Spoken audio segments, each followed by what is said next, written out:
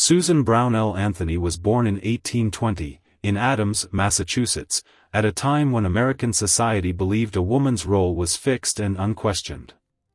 During her earliest years, from infancy through the age of 10, Susan grew up inside a disciplined Quaker household that valued education, self-control, and moral equality. Her father believed that boys and girls deserved the same intellectual training, even if the world outside their home did not. By the age of 5, Susan was already reading and studying beyond what most girls were allowed to learn.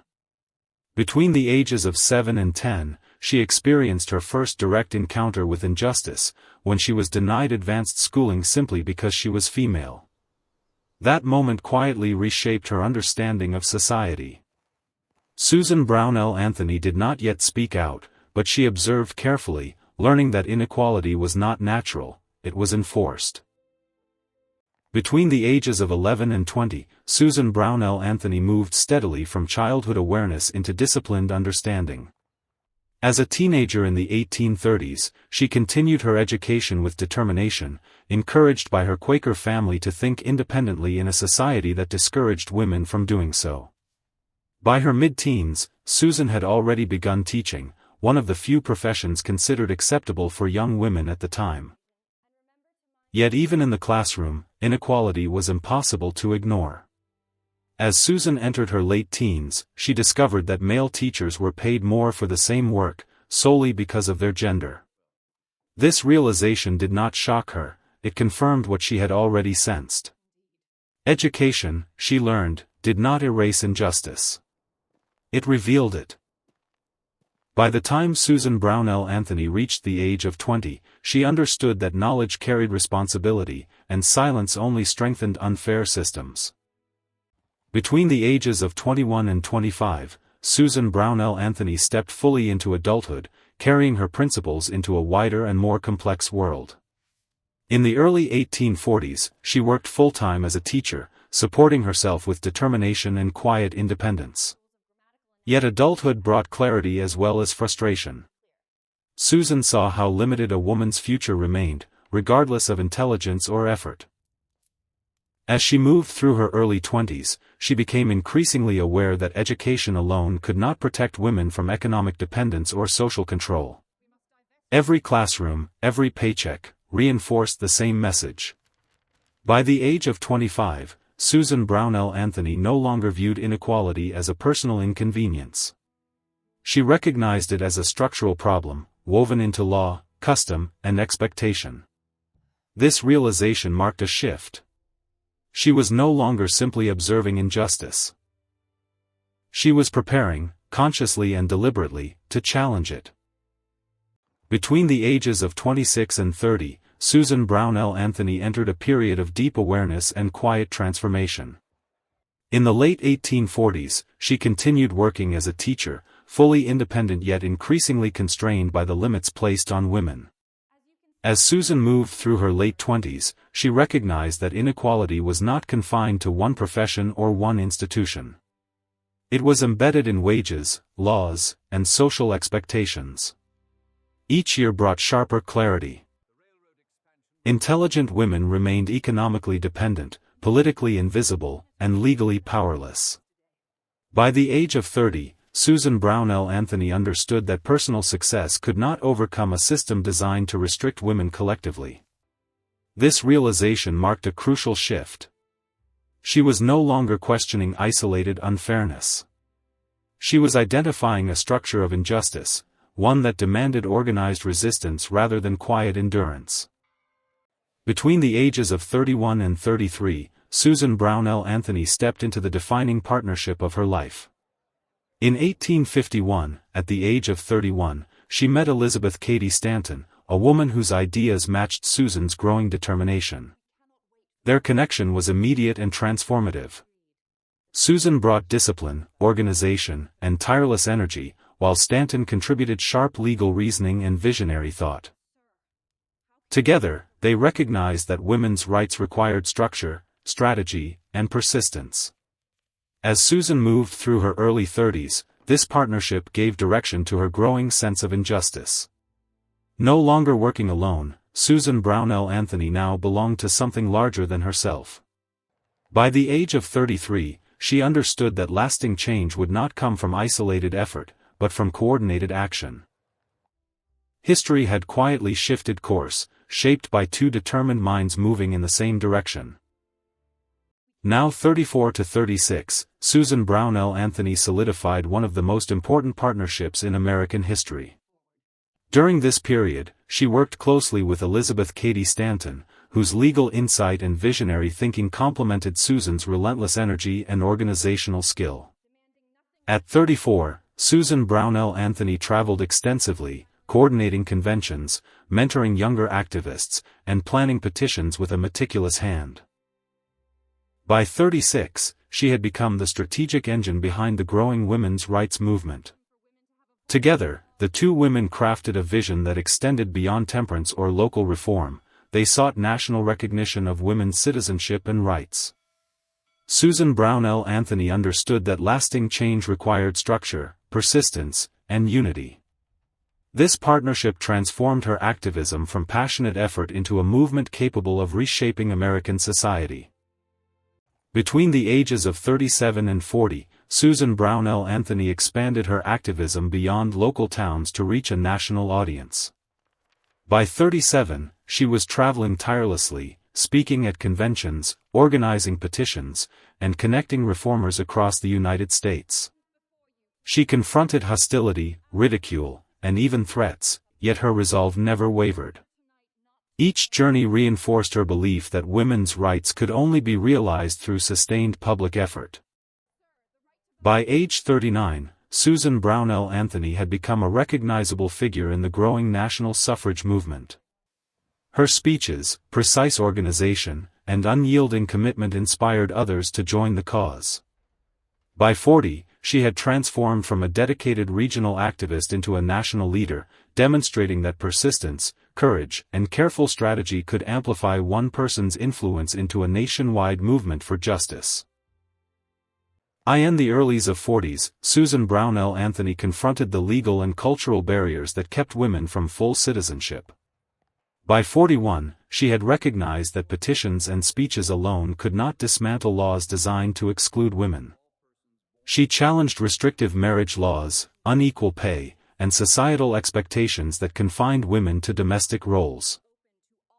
At 42, Susan Brownell Anthony intensified her advocacy, openly questioning the authority of courts and legislatures that ignored women's rights.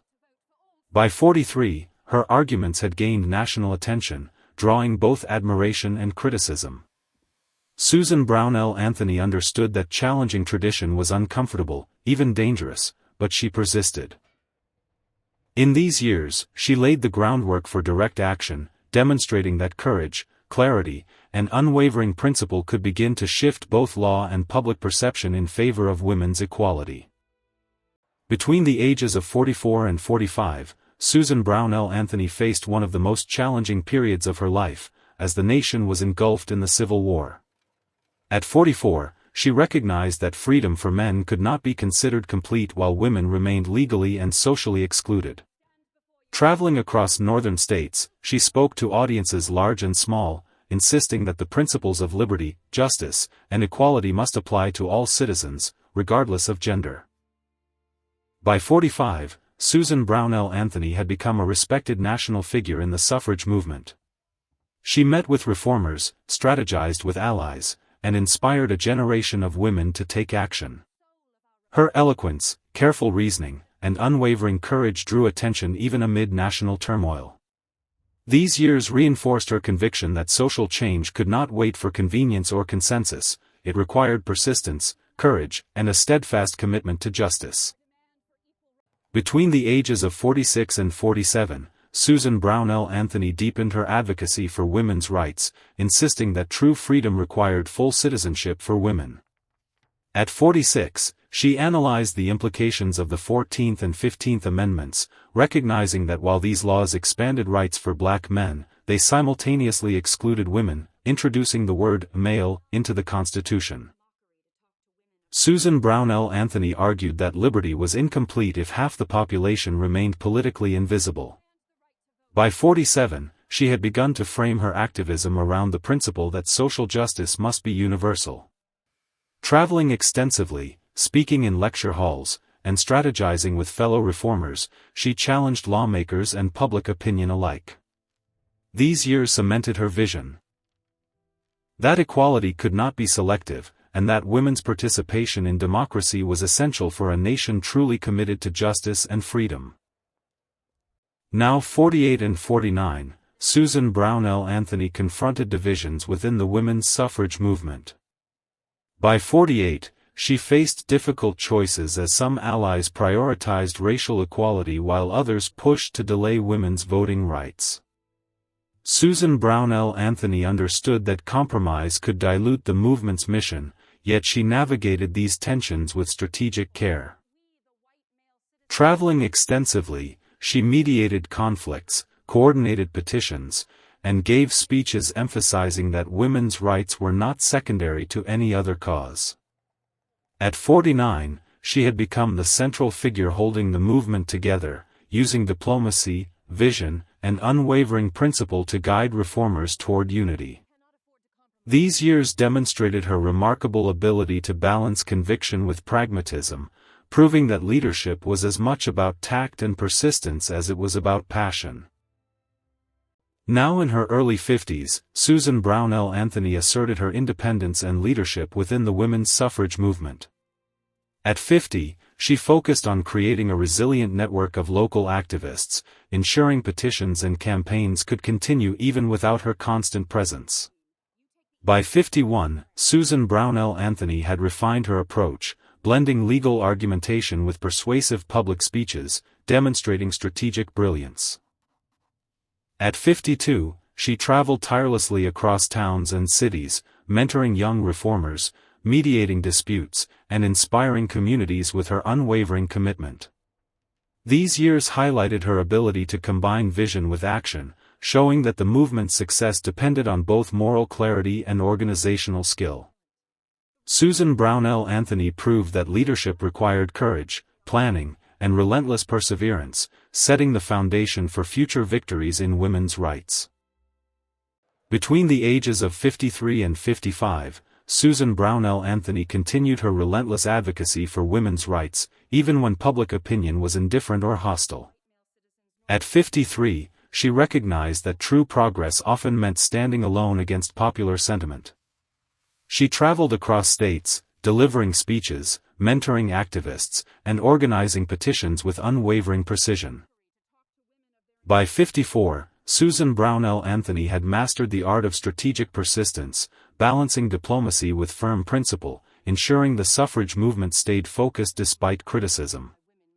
At 55, she inspired countless women to persevere, emphasizing that enduring change was achieved not through convenience or popularity, but through courage, consistency, and unyielding dedication.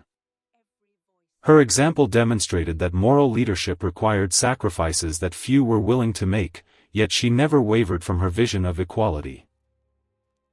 At the age of 56, Susan Brownell Anthony faced one of the most daring tests of her lifelong activism, exercising her right to vote. She believed that citizenship included the inalienable right to participate in democracy, regardless of gender. At 56, she courageously cast a ballot, fully aware that the act could bring legal consequences and public scrutiny. Her decision challenged the nation to confront the contradiction between democratic ideals and the reality of women's exclusion. Susan Brownell Anthony used the moment not only to assert her own rights, but to spotlight the systemic injustice faced by all women. Her deliberate, principled action at age 56 demonstrated that advocacy was not merely theoretical, it required courage, direct engagement, and the willingness to face opposition head-on. Through this act, she made it unmistakably clear that women would no longer accept being invisible within the political system. Between the ages of 56 and 57, Susan Brownell Anthony faced one of the most consequential moments of her life, standing trial for casting her vote. At 56, she entered the courtroom fully aware that the legal system did not recognize women as citizens in the political sense. By 57, she had used the trial as a platform to challenge the nation's conscience, arguing that denying women the right to vote was a violation of justice. Susan Brownell Anthony spoke with clarity, courage, and unwavering principle, turning scrutiny into opportunity. Her reasoning highlighted the contradictions in a democracy that excluded half its population. These years underscored her belief that progress demanded bold action, moral courage, and steadfast determination. Susan Brownell Anthony's trial became a symbol of resistance, illustrating that leadership often comes with personal sacrifice, and that true citizenship must be defended at every cost. Now between 58 to 65, Susan Brownell Anthony endured decades of tireless advocacy, proving that change requires persistence over a lifetime. At 58, she continued traveling extensively, delivering speeches to audiences large and small, despite fatigue and frequent criticism. By her early 60s, Susan Brownell Anthony had become the unwavering backbone of the women's suffrage movement, mentoring younger activists and shaping strategy. She understood that societal progress was gradual, demanding patience, resilience, and steadfast moral courage. Even as public attention shifted and political battles persisted, Susan Brownell Anthony remained devoted, tirelessly advancing the cause of equality. These years solidified her reputation as a determined and disciplined leader, demonstrating that enduring commitment is the foundation of lasting social change. Between the ages of 66 and 70, Susan Brownell Anthony worked tirelessly to unify the women's suffrage movement. At 66, she recognized that rival organizations had to set aside differences to achieve lasting reform. By 68, she played a central role in merging competing groups into a single, cohesive body, ensuring that resources, energy, and strategy were aligned. At 70, Susan Brownell Anthony guided younger activists, offering mentorship, insight, and moral authority, demonstrating that leadership involves both vision and collaboration. These years highlighted her remarkable ability to combine strategic planning with unwavering principle, showing that progress depended on solidarity as much as persistence. Susan Brownell Anthony proved that uniting a movement requires courage, tact, and steadfast dedication, setting the stage for the eventual triumph of women's suffrage. Between the ages of 71 and 80, Susan Brownell Anthony became a revered veteran leader in the women's suffrage movement. At 71, she continued traveling, speaking, and mentoring, despite the physical challenges of age. By her mid-70s, her voice carried authority and moral weight, guiding activists and shaping strategy with clarity and wisdom. At 80, Susan Brownell Anthony was widely recognized as a symbol of perseverance, dedication, and unwavering principle. Her decades of leadership ensured continuity within the movement, providing inspiration and guidance to new generations of reformers. These years underscored that true leadership is not measured by immediate victories, but by consistent commitment, moral courage, and the ability to inspire others to carry forward a cause larger than any individual life. Between the ages of 81 and 85, Susan Brownell Anthony stood as the undisputed moral authority of the women's suffrage movement. At 81, her decades of advocacy had earned her national respect, and her guidance was sought by reformers and politicians alike. By her mid-80s, Susan Brownell Anthony's words carried the weight of experience, reason, and unwavering principle, shaping debates and inspiring action. She remained committed to mentoring younger activists, traveling when possible, and speaking publicly to advance equality. These years reflected the culmination of a lifetime dedicated to justice, showing that moral authority is built through consistent courage, sacrifice, and perseverance. Susan Brownell Anthony became a living symbol of dedication, proving that true influence comes from steadfast commitment to a righteous cause, regardless of age or public opinion. At age 86, Susan Brownell Anthony passed away, leaving a legacy that transcended her lifetime.